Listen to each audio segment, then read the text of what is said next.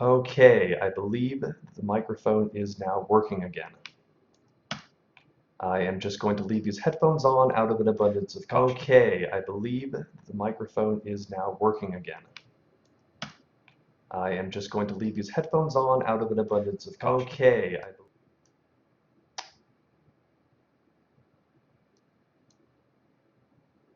Alright, well, that was meta.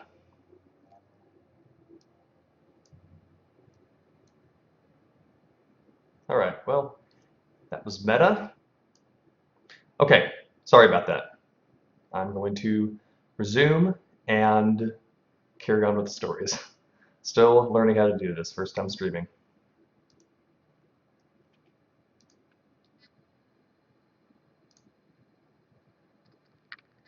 Hopefully nobody tuned out already.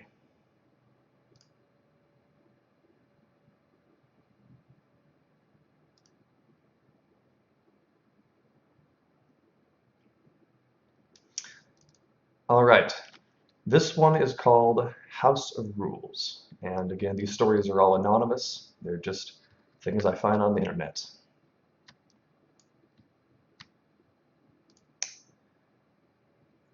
I live in a house of rules. I should explain. I moved here 3 months ago. Flat number 27. The flat was a repossession. I never met the previous owner, and to date I know him only from the post I received in his name. I could make up stories of him vanishing or his screams being heard in the darkness one night. I could make exaggerated claims about all of this, but this is not a work of fiction, nor is it written to entertain. I just got a new job, a promotion I had waited years for this was meant to be the next step to greater things, and I needed to move quickly to save on the long drive each day. So when I found this place, I was overjoyed. It was well located, within my price range, and apart from being extremely run down and dirty, had so much potential. It's a duplex apartment with a guest room and a spare bathroom on the ground floor, and a dressing room and several storage rooms on the top floor. The purchase was a complicated one, due in part to poor record keeping and the loss of deeds and plans of the house. What should have taken a month from start to finish took 4 times as long. Because of the length, I took several viewings and each time was amazed by the windows and cupboards that I could not recall from previous visits. Rooms seemed bigger, lighter, more inviting.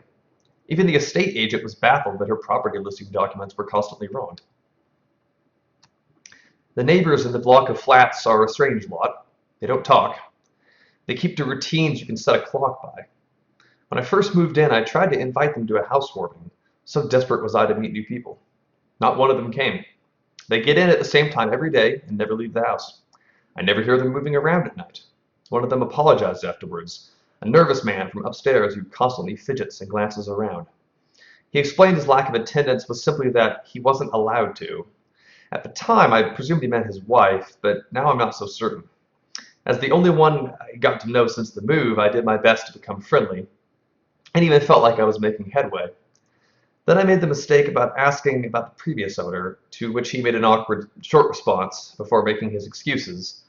I have not seen or heard from him since.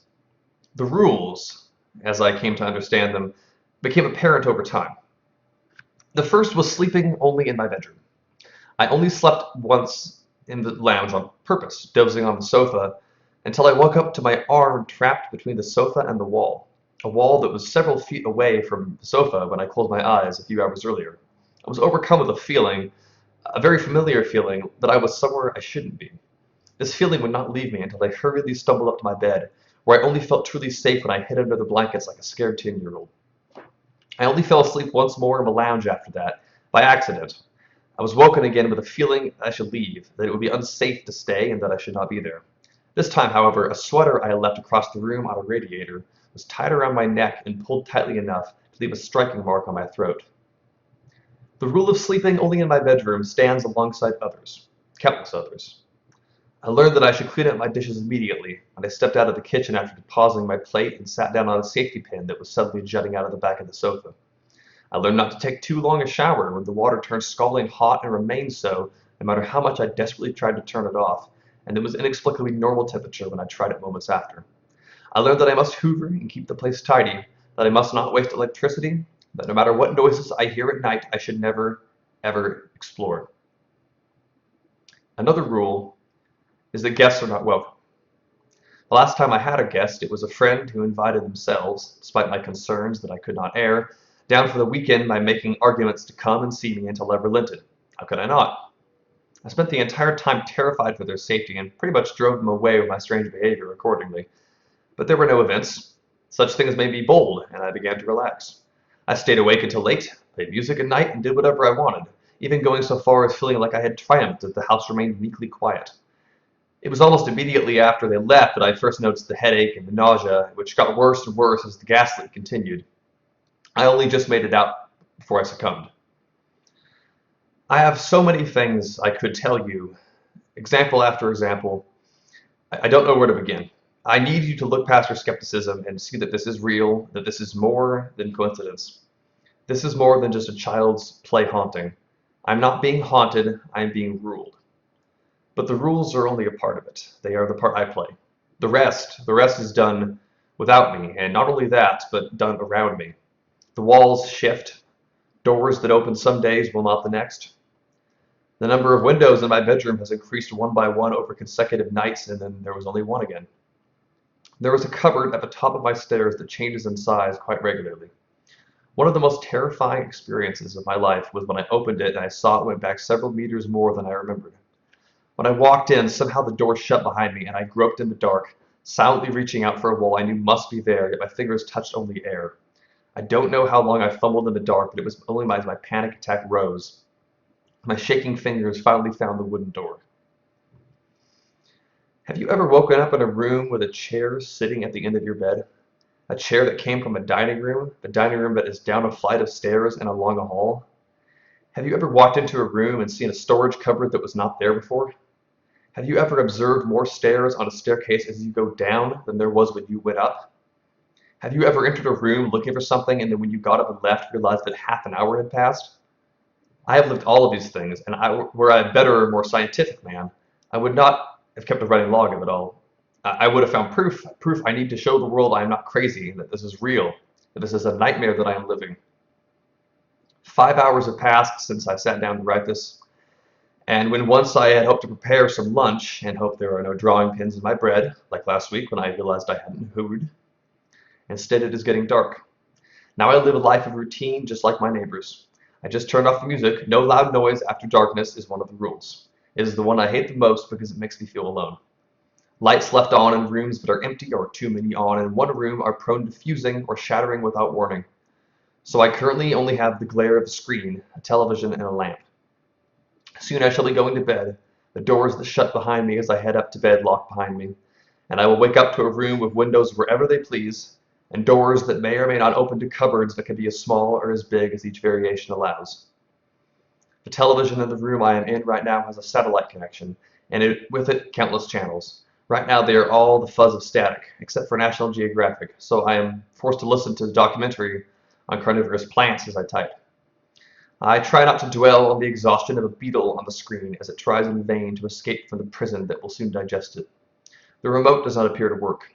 It took pulling the plug from the socket to turn it off just a moment ago, and even that I was loath to do so, for the fear that it might stay on never left me, and I knew that if those images continued when the plug was removed, I would have screamed myself into madness. I could push the neighbors to talk more. I could rebel against the rules. I could start a fire and torch the whole building. But truly, I just want to get by. I get the feeling up until now that I have simply been coached, like a dog, to do what is required of me. I feel like the punishments could get a lot worse. The occasional demonstrative strength, the enforcement of rules, and the occasional mild punishment when I transgress, like the one tap on the nose of a dog when it misbehaves.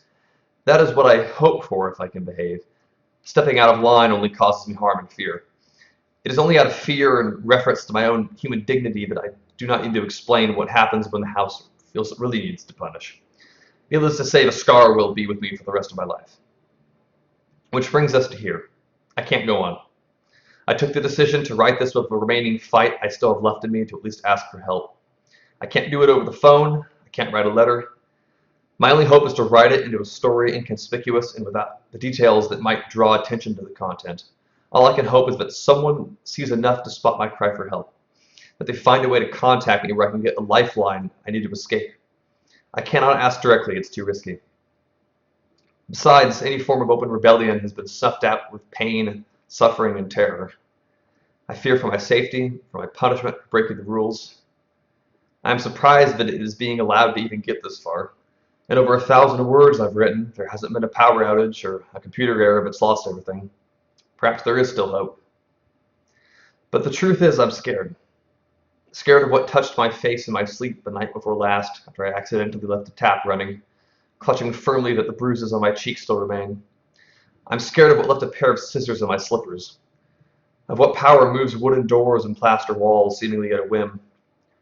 Most of all, I am scared that by writing this, I may wake up in a tiny room with no doors or windows, a room that grows smaller every time I blink. All right, that was House of Rules by Anonymous.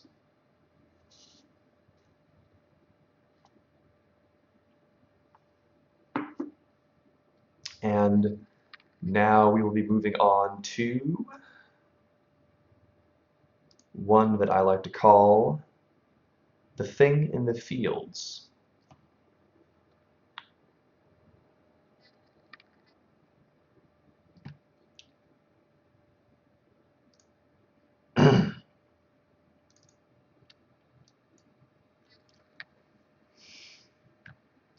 It was a few weeks ago the hail bales started to creep slowly away from the house.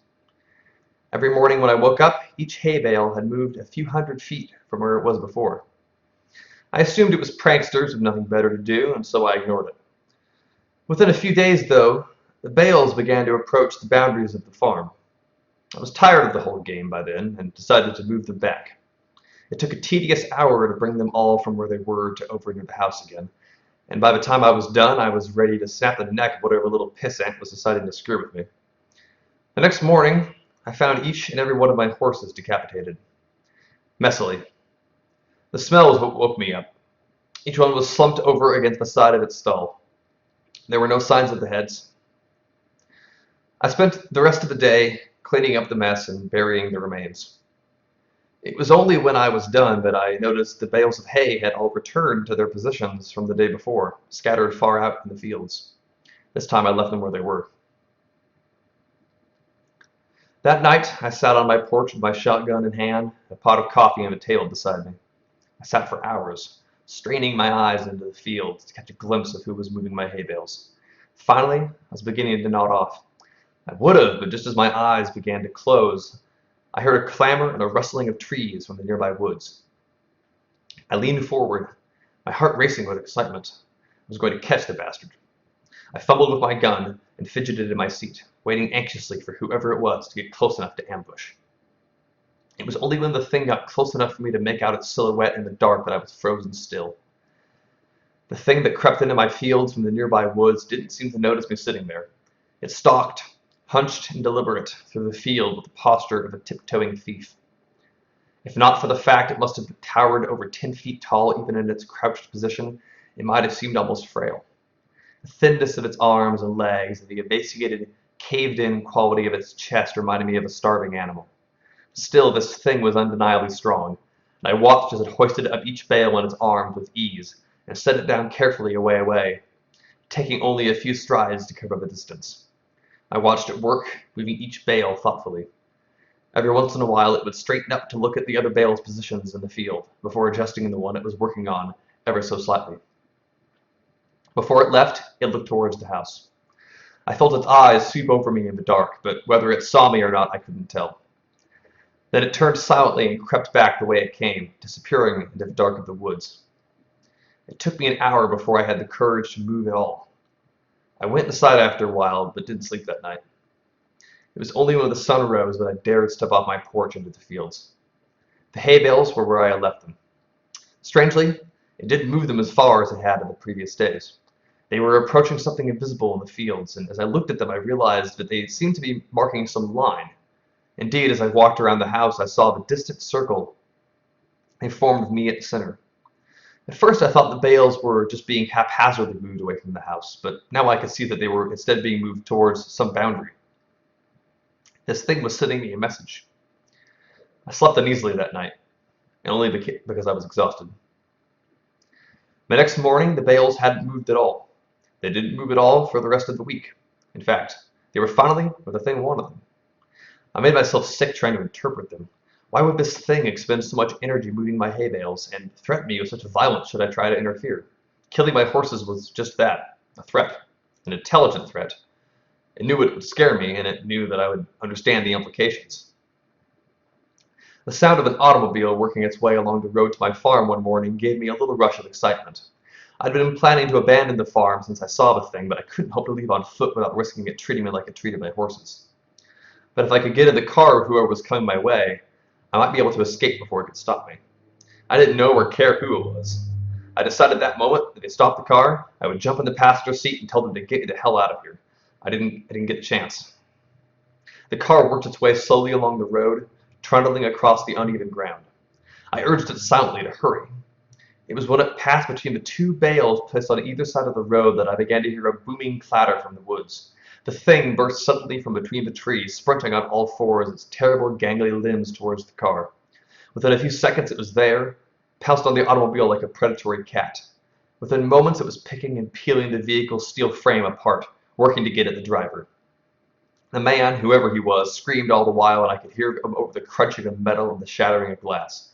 It was only when the thing crushed him carelessly in his hand that the screaming stopped. It tossed him away and straightened up to look at me once again. In the sunlight, I could see the inhumanity of it. It was composed entirely of something awful and alive, lashed together in a messy semblance of a human form. Whatever it was made it look so polished and hard. If it weren't for the minute writhing of the stuff, I'd think it was made of granite. The thing retreated back into the woods, and I was left to my shock.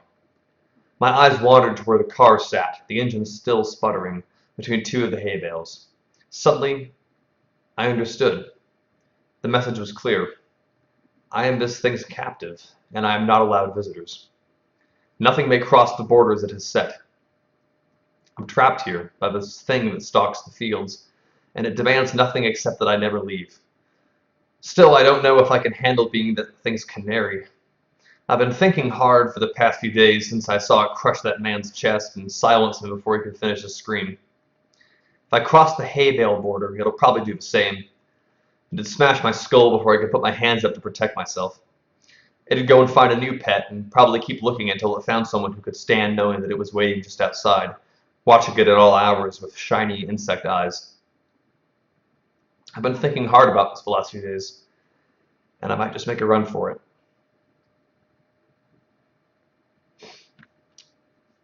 All right, that was The Thing in the Fields.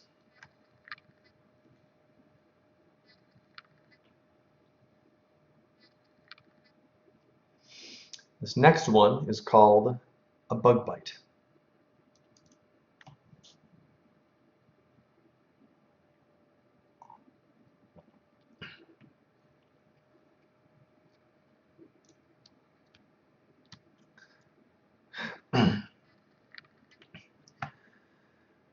My mother claimed something bit her a week ago. She complained of difficulty breathing, and she said that she couldn't feel her left side from the midsection down, that it was numbed. As evidence, she showed us her left thigh. Sure enough, there was a red, inflamed patch of flesh. It looked like the aftermath of a mosquito bite, except obviously several times larger. We thought that a spider must have got her while she slept, but since nearly a week had already passed and we weren't exactly rich, we decided against seeing a doctor. We couldn't afford paying a medical bill for something that would probably clear up in a few days. And we were sure it would clear up. It was only a little bug bite after all. It was our mistake. When we woke up today, Mother was crying. She said that the numbed sensation on her side had indeed gone, but it had only been replaced by a burning anguish. Her breath hitched and was obviously labored. We inspected her thigh and were startled to find that a large mosquito bite had erupted across her side. A single mark had turned into several sickly inflamed mounds that peeled and erupted pus. She claimed it burned. We certainly believed her. It was time to consult the doctor. My father told us he would drive her to the nearest neighborhood clinic. For my part, I departed from my day's summer session classes. My mother's frightening condition danced somewhere in the back of my mind for the rest of the day, but I didn't dwell on it. Summer classes were coming to an end, final exams were a few days away, and friends were planning a trip to the beach, and a small pain in my breath kept nagging me. I hoped I wasn't developing a cold. I was driving back home when I got the call. It was my father. He was in hysterics. Apparently, the doctor at the clinic had taken one look at my mom's condition and urged her to head to an emergency room. So my father and mother had gone and waited and waited and waited a little more. Finally, my mother was allowed to see a doctor. That's where it all went downhill. He took one look at her and left the room. My father and mother were left in that room confused when nurses entered. Some drew blood from my heaving mother. Others ushered my father out of the room, blowing aside his questions and asking him to wait in the waiting area. Which he did, and while he waited, he had time to see a dozen police officers rush into the hospital, past the waiting area, and head in the direction of the room that held my mother. He told me this last part in a choking sob. He heard gunshots. That's when I heard him scream. That made me jump in the car seat. My hands taut, white against the steering wheel. My eyes bulging, I realized I wasn't breathing. On the other end of the line, I heard something clatter, probably the phone hitting the floor. Arguing voices, yelling voices, authoritarian voices, and one weeping voice, my father. The only time I ever heard him like that, blubbering something. I'll be honest, I was disgusted. I wasn't used to such a weak father. I was used to the man of steel my old man had come to represent. I guess I was confused. So when I heard the gunshots on the other end, I guess it just didn't seem real. I turned off the cell phone and continued the drive home. Numb, confused, disbelieving. I got home, only by then it wasn't really home anymore. I found the block closed off, police cars cordoned off the streets, people in biohazard suits coming in and out of the house. In my befuddled state, I thought it looked like something out of the movie Wreck, or maybe Quarantine. It seemed funny, to be honest, really funny. Until I saw the wheel of body out under a tarp, and I realized from a single exposed shoe it was my younger brother. I drove on then. So I drove until I was out of town, far out of town. I realized then that it might be stupid to keep driving. Whatever was going on, I had escaped because of sheer luck. They'd tried to put up a net around us, but I'd only escaped because of my college schedule. Only I was alive. I ditched my car on an empty street, then I started walking. So what is it? I've seen enough scary movies to guess. I'm infected, but who knows of what. My lungs are slowly burning and there's a strange bulge in the back. I haven't checked it yet, but I bet everything in my pockets, which comes about 25 bucks, but it's a red mark. A red mark that resembles a large mosquito bite. But what is it? Am I going to die? Well, it was serious enough that they offed my mom and pop, and my bro to boot. Whenever I got it, I figured it must be some serious shit. I wonder what it takes to infect others. A cough? A touch? A bite? I'll find out tomorrow. I walked until I could hitch a ride. Then I walked some more. I stopped at a motel after night and paid in cash. And I tried to sleep, but I couldn't. I just kept seeing my brother's shoe sticking out from under that tarp, that shoe. So I opened my laptop and I decided to type this out instead. They took everything from me. I'm going to die. They didn't have to do what they did. They could have just told us we were a danger to others. They didn't have to shoot my mother and father. I'm going to take as much as I can before I go. Tomorrow, I'll spend my day shaking hands. I'll go into a convenience store and touch the food and be cough on it. I'll lick public water fountains. I'll do whatever it takes to bring you with me. So tomorrow, please, shake my hand. And if someone bites you, don't worry. It's nothing. Can't be worse than a bug bite.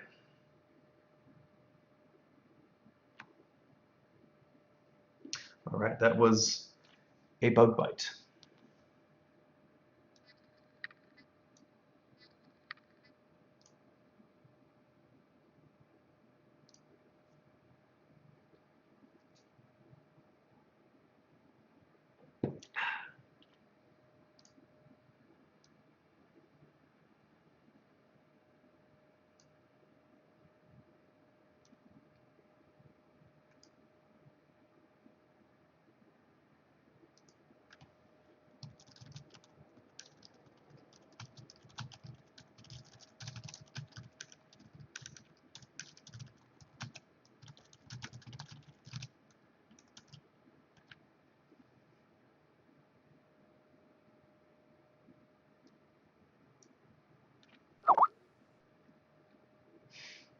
All right, this next one is,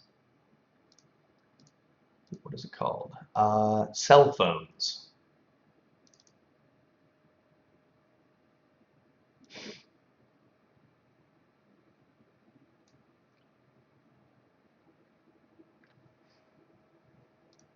All right, cell phones. My first thought was that my medication had suddenly and severely stopped working. It was really the only rational explanation at the time. I want to start out with that because before I explain myself, I want you to know why it's taken me this long to take action. You see, I have a condition. Well, maybe that's not the word most people would choose. I suppose most people would say that I'm batshit crazy, and to tell the truth, I wouldn't blame them. But that's not really fair. When I'm on my medication, I'm pretty much normal. Eccentric, yes, but nothing to worry about. It's taken me years to get this far, to a multitude of failed prescription cocktails and over a dozen institutionalizations, but what I tell you next is true, is real, and most importantly, urgent. I know that knowledge of my past will work against me, but please try to look past that and see me for who I am now. Do I sound mad? Do I sound irrational?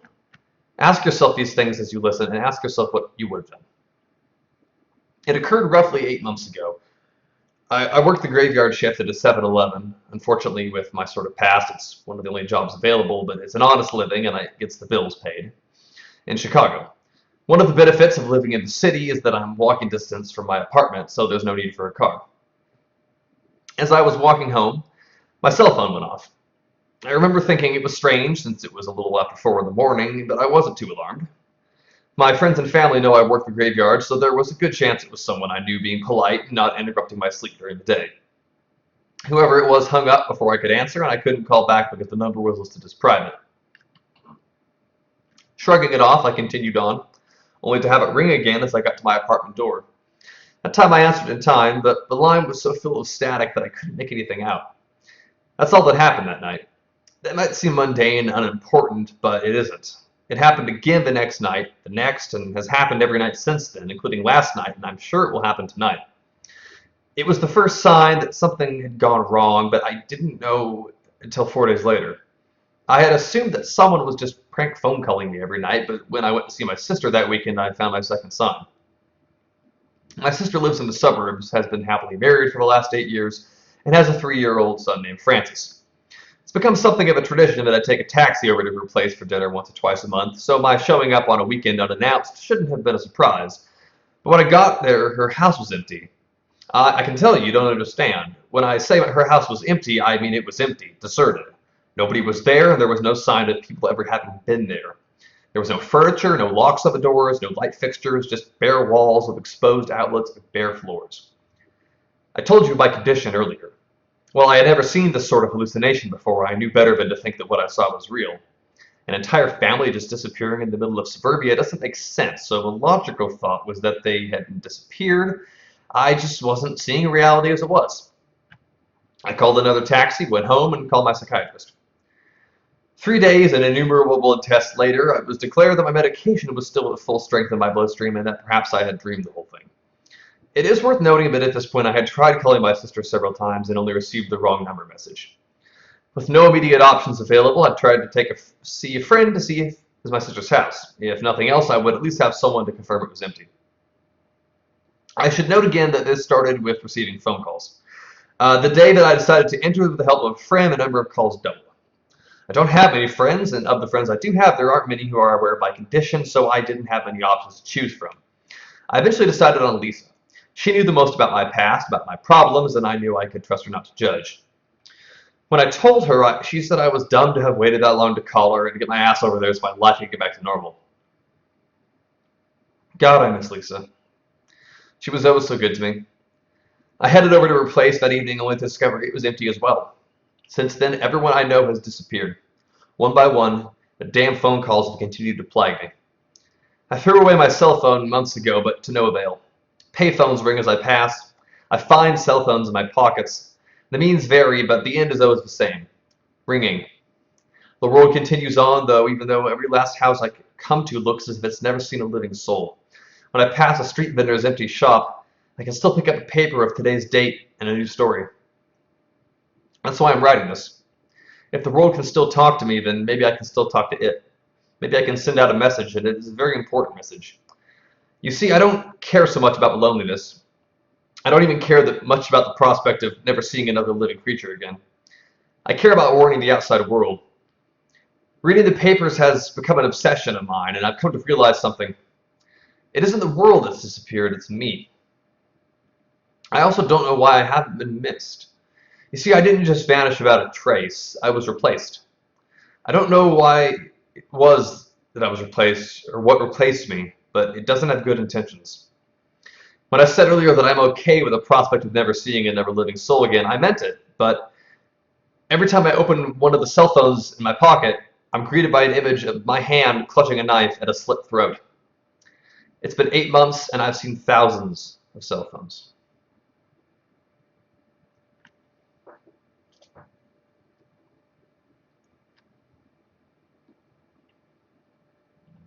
All right, that was cell phones.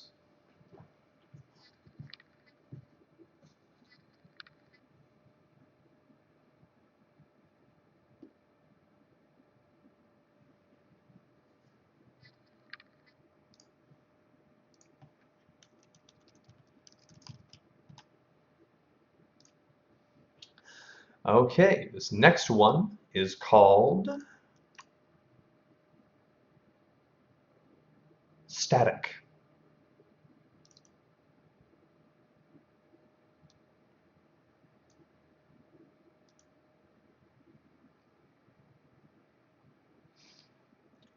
Are you playing music?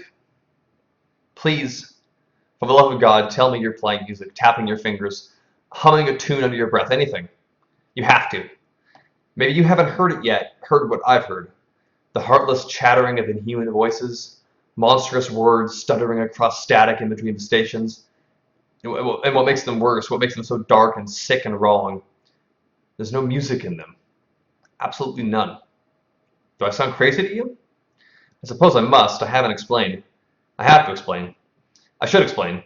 But it's so hard to type things with the stereo so loud, humming along under my breath. I'll stop humming then. I can take a break from that. Besides, the typing of these keys is sort of melodious in its own way. And the stereo is so loud, it's a CD, so I don't have to worry about commercials or the static. That's what started it all, you see, the static. I was normal, ordinary, calm, just like you. I'm willing to bet. I went to college, I had a job, went on dates, all that sort of stuff.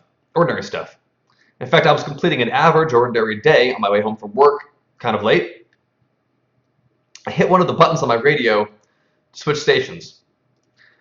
Normally, I listen when I'm coming home later at work to Loveline with Dr. Drew, KROQ, but it went to a commercial and I switched the station. In Los Angeles, there's a great station called KRTH 101, plays all the great oldies that you grew up with listening to with your grandparents. Anyway, I switched to the station in the middle of American Pie, and it was coming in surprisingly staticky. The three men I admire most, static. Father, son, ghost, loud bursts of static. I was staring at the radio by then, but I looked up just in time to come to a screeching halt as the light in front of me turned red. The last verse barely came through, and just as the chorus was about to hit, the radio grew silent. And I mean deathly silent.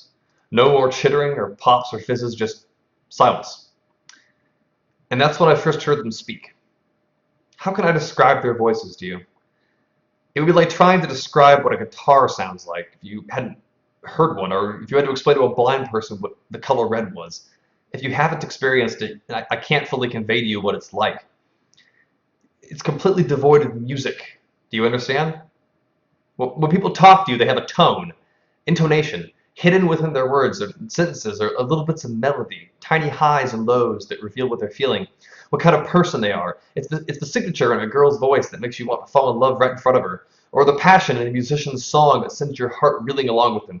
Every single thing we say, even the most monotonous of us, have some hidden gem of melody within us. Their voices don't have that. Their words aren't words, not like ours, but you can understand them. Hideous clicks and chirps and almost sneezes. The sounds shove their way into your ears or roll around in your head. And you feel cold all over. I think it's because they speak with their heads or something, some kind of telepathy. It just gets stuck in the radio, which broadcasts it as those awful clicks and buzzes. And I was sitting in the car, my foot resting easy on the gas pedal, unable to really move or think with these alien thoughts in my head. And I wanted nothing more than to sing or hum or clap my hands, because from that moment I could hear their voices, my soul felt numb. I figured it out, you see, the reason their voices don't have music. It's It's because those words were just thoughts. The mind that thought them up has never fallen in love or listened to an opera. The mind that thought them up doesn't have a heart. I flicked off the radio right then and there, but it was too late. The things they said, I told you I could understand their thoughts, didn't I? Squirming around in my head like cold eel flesh. Their thoughts were of conquering, of feasting upon the flesh and minds of man, ruling this world once again. Worse yet, one of their voices laughed, obscene, mirthless laughter that had set my stomach churning in knots. I flicked off the radio after the laugh, but not before I heard one last message, clearer than all the others. The other voices had been on connotations, images, single words or phrases. But there was one last message clearer than all the others. This one was different. It had been directed with proper English grammar at me. It can hear us. I drove home that night with the radio off. I realize now that was probably a mistake, but in my state of mind, can you blame me? The idea of hearing one of those cacophonious voices rolling in my mind was enough to make me drive as much silence as possible. When I got back to my apartment, I ran inside and vomited into the kitchen sink. I couldn't make it to the bathroom. I just remember lying there on the floor, curled up in a ball, making these god-awful mewling noises. At the time, I didn't even think I was making them. After about 10 minutes of that sort of coping, I got up, cleaned the puke from my mouth, and drank a glass of water, tried to convince myself to sleep. The phone rang before I could even get all the way into bed. In hindsight, I probably wouldn't have even answered it, but were it not such a reflex of this mechanized age.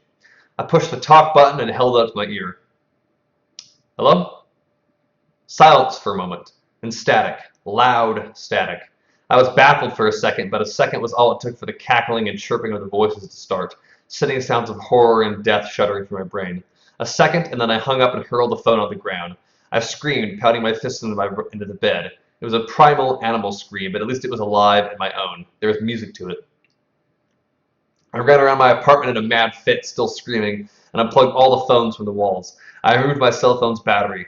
I took my stereo system and beat it viciously against the kitchen floor until fuses and diodes glittered the linoleum like organs.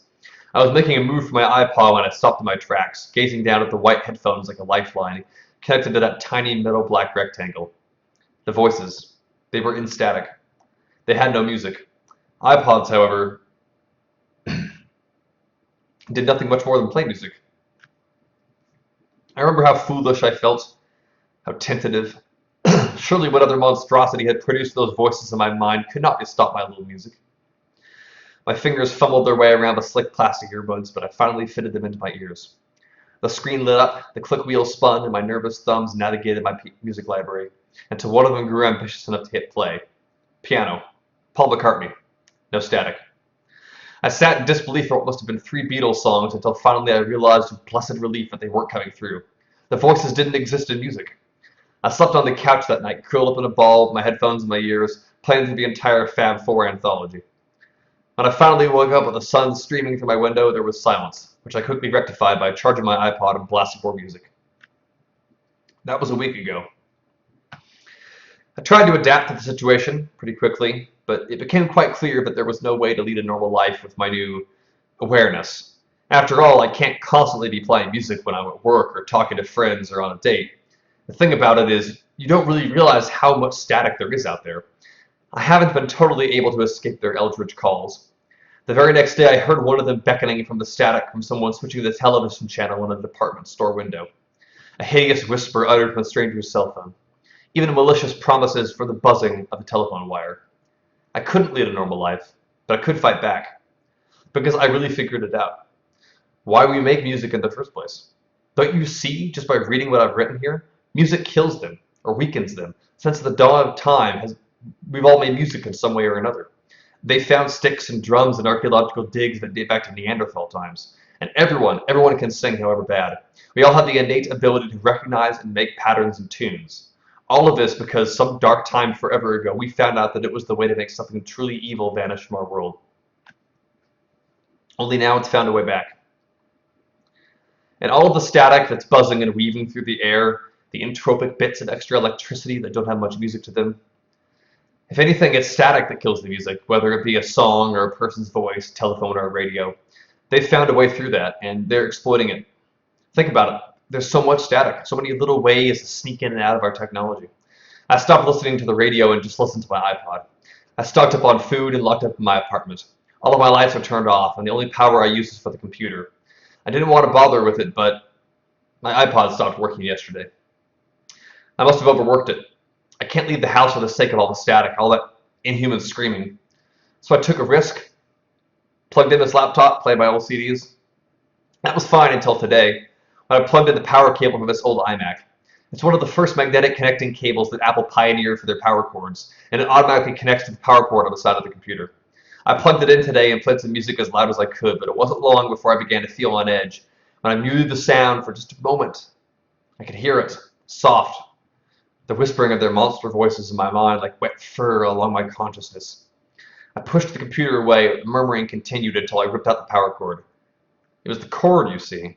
When the connector points on the cord get old, they make a tiny buzzing sound as they charge the computer. That little buzzing was enough.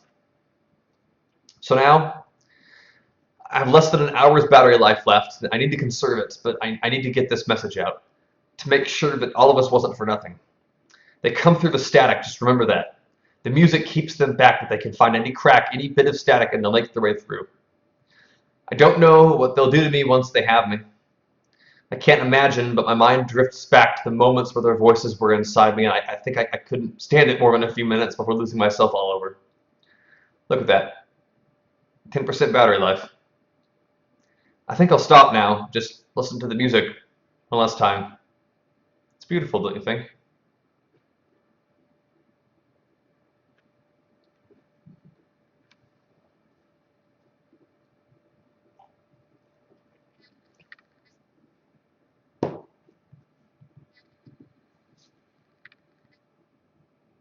All right, that was Static.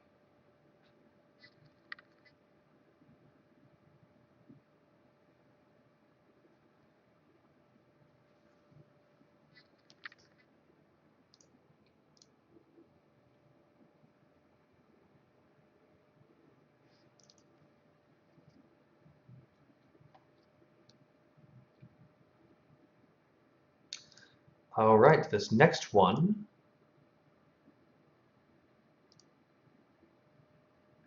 What is the next one? Let's see.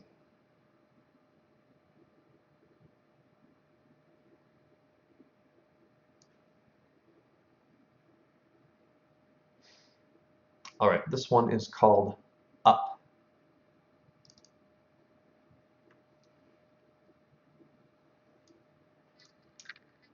Do you know what a cordyceps is? I didn't either until about 20 minutes ago. It's a family of thousands of different kinds of fungus. It grows all around the world in various rainforests and jungles. The awful thing about them is they're parasitic. They grow on animals. An ant happens to run into some spores and it starts to colonize his insides, starting with his brain. At some point, the ant starts to act visibly ill, standing in place or shivering or walking in circles. If a fellow colony member sees him in this condition, he will be dragged to the border of the colony and exiled. Then when it's almost over, the ant weakly climbs as high as it can on a vine and locks his body on tight. Finally, he dies, and a fungus emerges from the back of his head, bursting forth like a long, foul fruit. After a short time, a little stalk spews forth its own spores, leaving the mummified, broken ant clinging to the stalk, his eye cavities filled with drying fungus. I mention this because last night, when I was on the roof of my apartment complex, I found my brother's body. He's been back for 18 months on duty in the Philippines for less than 3 days. This was the first I'd seen him. My parents called me up the day before yesterday to tell me that he was on his way up. They told me he'd stayed in his room since he got home, and he suddenly got up and announced that he was on his way to see me. They thought he was drunk. I thought he'd never made it. He must have come straight up to the roof and died by the smell of it. I was just finishing a cigarette, all torn up with anxiety and my head throbbing, and when the acrid smoke vanished, I caught a whiff of rot on the hot wind. It took me just a few minutes before I found him, face down behind the vents and fans. A slimy gray column rose obscenely from the base of his skull, and a frozen waterfall of roots and tendrils dangled from his eye socket and mouth. At the top of the stalk was a small arrangement of feathery wisps, a white powder drifting idly from its tips. The spores must have been drifting over the north side of the building all day. My side of the building. I came down to my apartment to try to call the police, and my headache was rising to a feverish throb. I got through the door, and the moment I reached for the phone, pain flared in my head so bad I almost passed out. I've tried 3 times, and I can't get my hand up to it. The same thing happens when I try to leave the room. I feel spines of ice tunneling into my skull and my limbs lock up and shudder. The ants, in their last moments, crawl as high up the vine as they can climb. This is so the spore will spread over more of the colony below. In the end, the parasite controls the ant with an almost intelligent drive. God help me. The pain is almost blinding now, and a new thought has been rising rhythmically in my head like a record skipping. Up, up, up. It's joined by an image of my office tower. It's taller than my apartment building, the tallest place I can think of, and although the bulge at the back of my neck is the size of a peach, the skin stretched shiny, I'm dizzy and my eyes are cloudy, but I think I can make it. Up. No, I'm sick, I need help. The building pulses in my mind, the cold wind, the roof and the sky. These images and the concepts dull the pain as they pass through my mind. I think I can get there. Up, up, up. If you live in downtown Chicago, I would get out.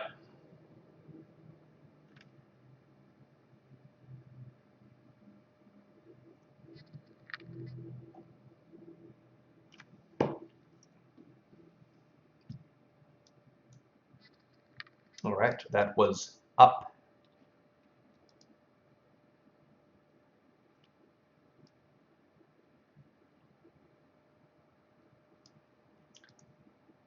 Okay, let's see. This next one is called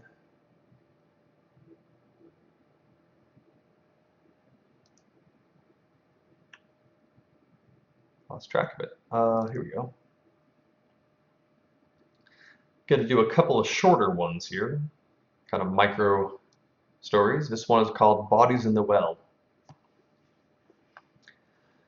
One day when I was little, my sister was crying, was bugging me, so I killed her and threw her in a well. Next day, the body was gone. 5 years later, I got in a fight with a friend over something stupid, and I killed him too. I threw his body in the well, and the next day it was gone. 10 years later, I accidentally got a chick pregnant when we were drunk. I killed her and threw her body in the well, and the next day it was gone. 15 years later, my boss was being a dick, so I killed him and threw him in the well. The next day his body was gone. 20 years later, my mom was getting old and she needed to be put in a home. I didn't want to pay the money, so I killed her and threw her body in the well. The next day, the body was still there.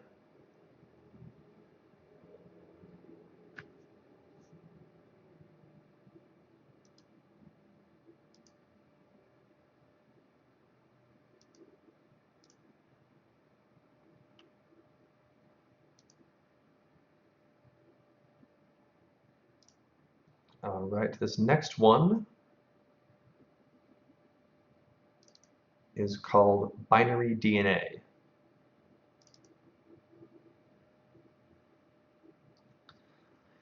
They say when you take a picture of someone, you capture their soul in the camera. They also say if you print it off, that picture contains the soul and you can control them with it. I'm not sure where to start. Do you know what the primordial soup is? A veritable ocean of elements all floating around randomly. And through millions of years of time, eventually the right set of random circumstances came to pass, and the elements were able to connect together and form the world's first single-celled organism. Now that's a really boiled down version of it, but I'm sure you get the gist. Fast forward a few billion years to the early 1990s, when the internet began to rapidly accelerate. Every home had a computer, and new connections between computers were opening on a second-by-second basis. Trillions of bytes of data began to transfer around the world at the speed of light. Music, text, sound, most importantly, pictures. Now, when you take a picture of someone and capture their soul, what happens when that picture is converted to data and placed on a hard drive? Does the soul follow? 15 years later, we believe so. We believe that when you take a picture of someone and upload it to your computer, alongside the data, a blueprint of that person's soul itself is imprinted on the file. Look at your pictures folder. How many souls reside in that folder alone? That's just the beginning. These soul blueprints each retain pieces of a puzzle, parts of the soul itself. Recently, a group of hackers who referred to themselves as the Cardinals took an interest in this theory and began experiments. They found anomalies within a binary sequence of images based on similar features of a person they had taken a picture of. Binary DNA, if you will. Now, these hackers had come to possess a set of 3 extremely important data files, one AVI, one JPEG, and one MP3, each of which possessed interesting, unexplainable qualities. The first, cradle.avi, depicts what appears to be a group of teenagers with a low video quality camera exploring the basement of the house. The quality of the video is distorted beyond any comprehensibility, and the video is very poor. For most of it, the camera is passed around the group, handed back and forth, and jerked around too much to make out anything noticeable. But near the end, the camera turns at an odd angle, and you can see clearly a young girl standing in the corner facing the wall. Her hair is long and black, and she is wearing some form of white dress. You only see her for a split second. But many people who have seen this video claim that there just seems to be something wrong with her. A bit deformed, but not in a way anyone can explain. But the truly peculiar property of this video is what happens to users' computers at the end of it. On the last second of this video, if not already so, the video will force itself to full screen. Along with this, you are left with a 1-second looping clip of a window and a wall. It loops 15 times, and then the girl is seen again standing on the other side of the window with her back to the viewer, slowly wavering back and forth. After a few moments, the video ends and the user's computer permanently shuts down. Inspection has shown that the entire registry becomes completely corrupt, requiring the user to do a total wipe and reinstall. The second file is known as needles.mp3. This sound file, when played, plays for about 3 minutes. It is extremely distorted. One can occasionally make out some form of voice talking, but most of the sound is a growling, rolling, crackling roar. Users who listen to this file often experience extreme nausea and a loss of balance for a brief period of time. The final file is known as burningman.jpg. The file name has nothing to do with the actual image. Instead, it displays a haphazard mess of overlaid and meshed images of dolls in a hallway. There also seems to be an image of a man standing with his head cast down in the background, but the image is too distorted to make out anything, much like the other files. That image, when downloaded and opened on a user's desktop, will proceed to stay permanently open on whatever program it is opened through. Not only that, but the program becomes disabled. Nothing else happens, the image just permanently sits there in your desktop, unclickable, unminimizable, and just left there with a man's invisible gaze staring at you. From what this group of hackers were able to discern, the file seems to have been precompiled into the data along the lines of CMDAO. Yet as complex and intricate as that program is, it works across all OS platforms, no one knows who the original creator is. In fact, few people have ever heard of it, as the file is uncopyable and unsendable. This, in fact, adds further to the mystery, as often receivers of this file will obtain it from random anonymous emails posted on forums under a download link. Posing the question, how was that poster able to upload it? If you ever see any of these files, refrain from downloading any of them. They all have varying detrimental effects on your computer, from practically taking out your whole registry, corrupting the hard drive, freezing your mouse, or crashing the computer. Now, this group of hackers, the Cardinals, took to analyzing these 3 files and comparing their odd behaviors. They had heard of other such odd files, images, data, etc., but they were never able to get their hands on them. As far as we know, the rumor states that they were in fact able to locate and collect all of the other files, like smile.jpg, barbie.jpg, even suicidemouse.avi. Not even the grifter was able to escape their grasp, rumor states. But rumor also states that the grifter video is a hoax, but that's another story. Nonetheless, all these files in hand, the group lined them up and began to meticulously work through the binary one at a time, checking for similar strains and series of binary that matched. And they did manage to successfully do so, at least legend states. The result were 7 individual execute files that did nothing, simply a gibberish pile of zeros and ones. They endlessly puzzled over the files, each tackling one each. They decided to name themselves after the files: lust, gluttony, greed, envy, sloth, wrath, and pride. At last, they lined the files up. Remarkably, something odd happened. The copies of the files meshed together. The result was a single execute, already named barelybreathing.exe. And what of this file? Well, not much is known after this point. They were too smart to just execute it. They analyzed the file every possible way: hex, binary, conversions, anything to figure out what this odd file would do. To no avail. Even after forming together, it was an even bigger jumble of ones and zeros, and made no more sense than the separate executes. They backed up the file on a flash drive and proceeded to run it. That was the last command found run on their computers a week later. Their corpses had been disfigured beyond recognition. Descriptions stated that it seemed as if they had been brutally slashed across their faces and arms. Every single square inch of skin that was bare had been mutilated, almost as if they had been microwaved and sliced repeatedly with a razor. The government attempted to hush up this event, but there was some media leakage and because the Cardinals had been keeping a log among themselves and a few close friends. It's closed down now and deleted, so don't try to go find it. It quickly spread as per what they had been attempting to accomplish, and if it was or was not related to their terrible deaths. And what of the flash drive? A friend who knew of its existence later checked the home of the group and was unable to find it. According to reports, the drive was found in the pocket of one of the group and had been taken into custody by police and then simply vanished. The trail continues far more. This file resurfaces every few weeks around the globe. Governments attempt to cover it up, some media leaks out. Look to the news for people mutilated in their homes by a murderer, their computers stolen, etc. And if you ever get a cryptic email with an attachment labeled barelybreathing.exe, do not open it.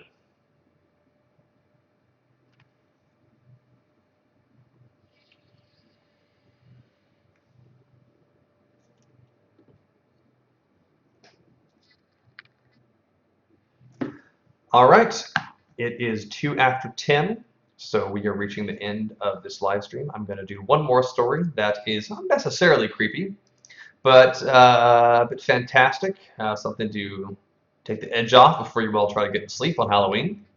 So this one is called The Egg.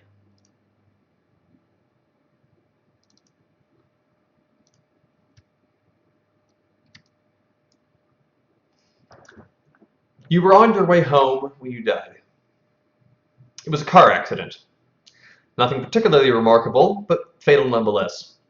You left behind a wife and 2 children. It was a painless death. The EMTs tried their best to save you, but to no avail. Your body was so utterly shattered that you were better off, trust me.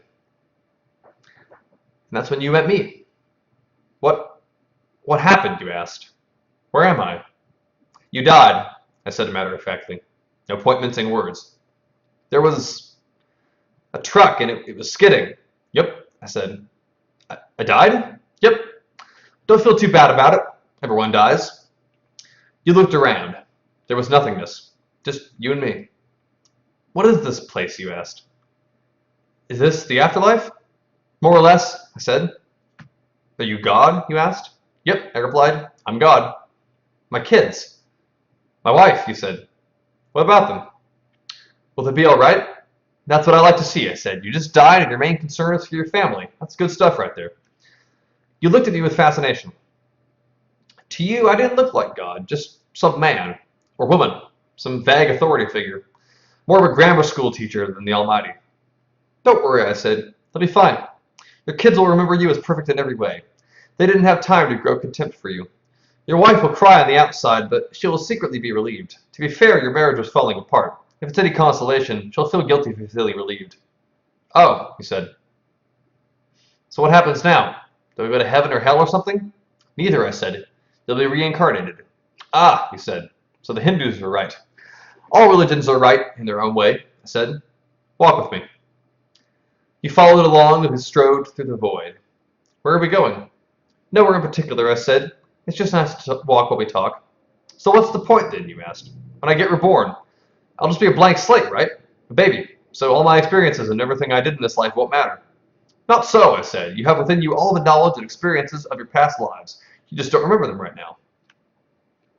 I stopped walking and took you by the shoulders. Your soul is more magnificent, beautiful, and gigantic than you can possibly imagine. A human mind can only contain a tiny fraction of what you are.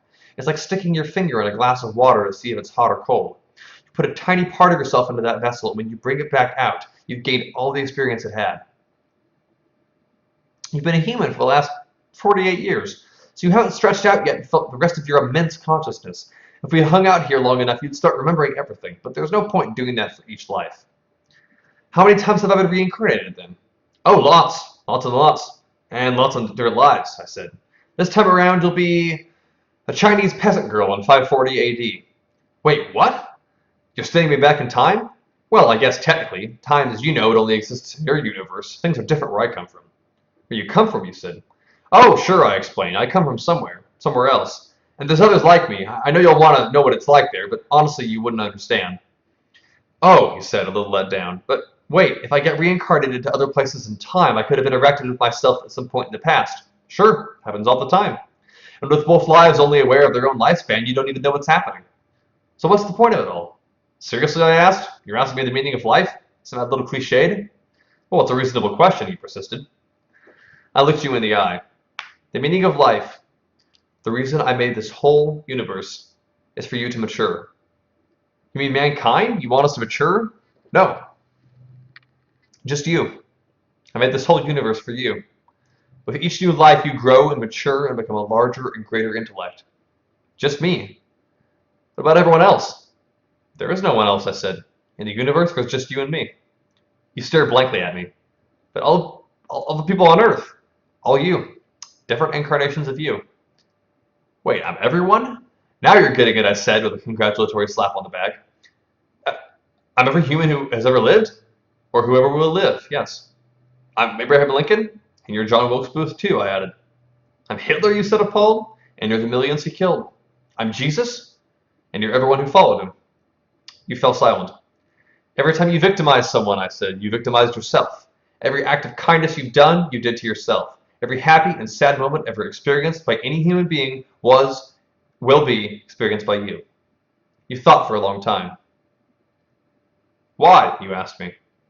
Why do all this? Because someday you'll become like me. Because that's what you are. You're one of my kind. You're my child. Whoa, you said incredulous. You mean I'm a god? No, not yet. You're a fetus. You're still growing. Once you've lived every life through all time, you will have grown enough to be born. So the whole universe, you said, is just an egg, I answered. Now it's time for you to move on to your next life. And I sent you on your way.